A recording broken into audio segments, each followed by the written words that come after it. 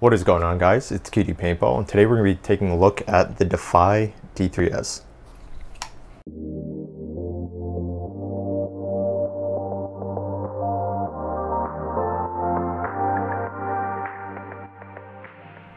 So you may be asking yourself, Tim, why are you holding such a hot piece of marker?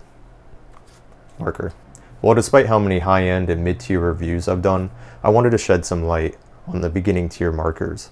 And that's why I chose the D3S. I wanted a new tournament capable marker, which means a marker that is able to be capped out at 10.5 BPS on ramping.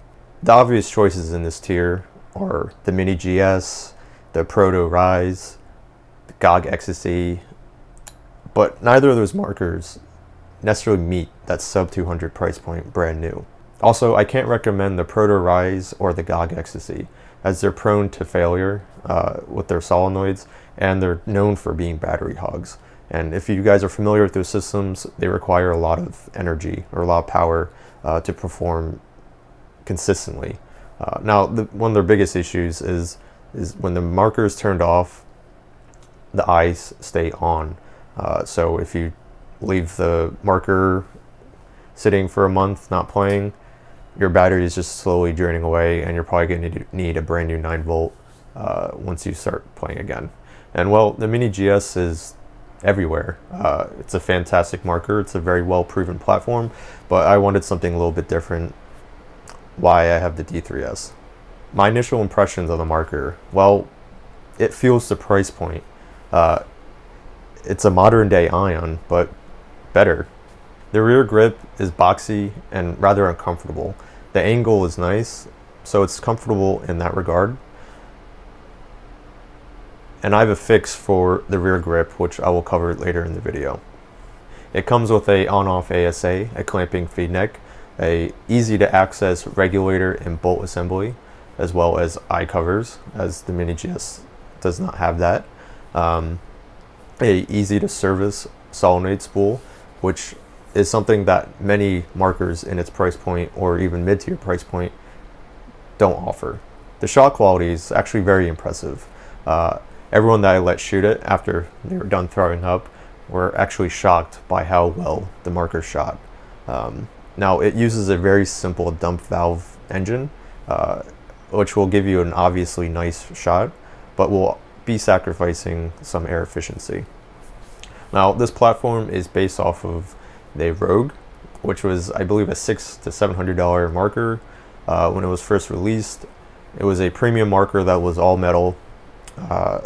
Obviously, D3FY has taken that marker and has dumbed it down to a very specific price point. So a marker that was being sold at plus 500 price point should have a nice shot, and this still carries that nice shot. Here's a quick shooting video. Good? Yeah. What's going on, guys? We're at Loco Loco, sorry, during the quarantine. I just am shooting the D3FY D3S. Take this off there. And I have not had any issues with gun leaks or anything out of the box, and it is shooting like a dream right now. There's not much more you can ask for a like $150 gun, sub $200 tournament marker. Shoots super smooth. No issues here. It's been a champ. Pretty consistent out of the box. I've played 2 games with it now, and it's been perfect. Wow. That's nice. I like it.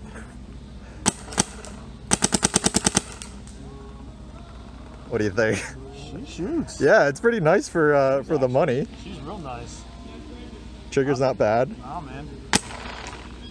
There's barely any kick. I know, right? It shoots really nice. Yeah, I'm very, very impressed with it. The perfect beater gun. Hell yeah. Wow. I mean, taking it out to the woods, you'll be fine with that. Yeah.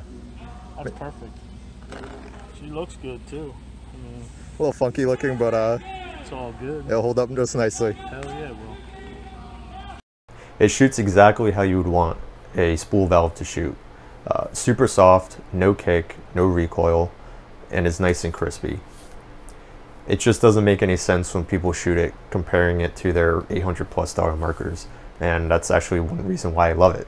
So let's get into some of the mods. Starting off with the trigger. Personally, I found the stock trigger was a little bit stiff for my liking, so I removed the stock spring. Thankfully, this process is very easy. You just remove the rear grips, push the pin that's retaining the trigger, and pull the trigger out through the front. It's very simple and easy, and you are able to access that stock spring. Thankfully, the stock micro switch provides enough resistance to prevent any kind of runaway, and for my liking, provides enough resistance for the trigger pull. The trigger frame itself is very boxy. The stock rubber grips are fairly thin and conform to that shape of the trigger frame, which creates these pressure points at the corners. So what I wanted to do was create more surface area and distribute that pressure across more area. So I modified the stock grip by creating this channel down the center of the grip. Be very careful. I use the box cutter for this. Just don't cut yourself and don't cut too much, really. To create volume, I used a toothpick wrapped in tape, which created enough mass and created a peak to fill out that empty space in your hand. So this was a relatively transformative modification to the marker. It made it completely usable. There's no hand fatigue now when I'm using it. I highly recommend doing it. Like I said, just be very careful. Maintenance. The regulator and bolt are accessed from the rear of the marker, just by simply unscrewing the back cap. This is also where you adjust the regulator pressure. I can't stress this enough, do not over pressurize this marker. If you exceed 185 psi, you're likely to blow off the O-ring off of the spool, and you're gonna have to take apart the solenoid and to replace that O-ring.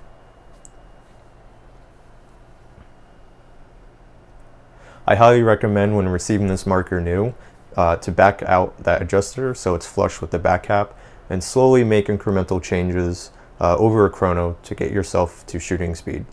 Now, when you remove the engine from the body, you have the regulator from the back, the valve, the bolt guide, and the bolt. Like I said, super simple and very easy to maintain. Just apply some light Dow 33 lube and you should be good to go.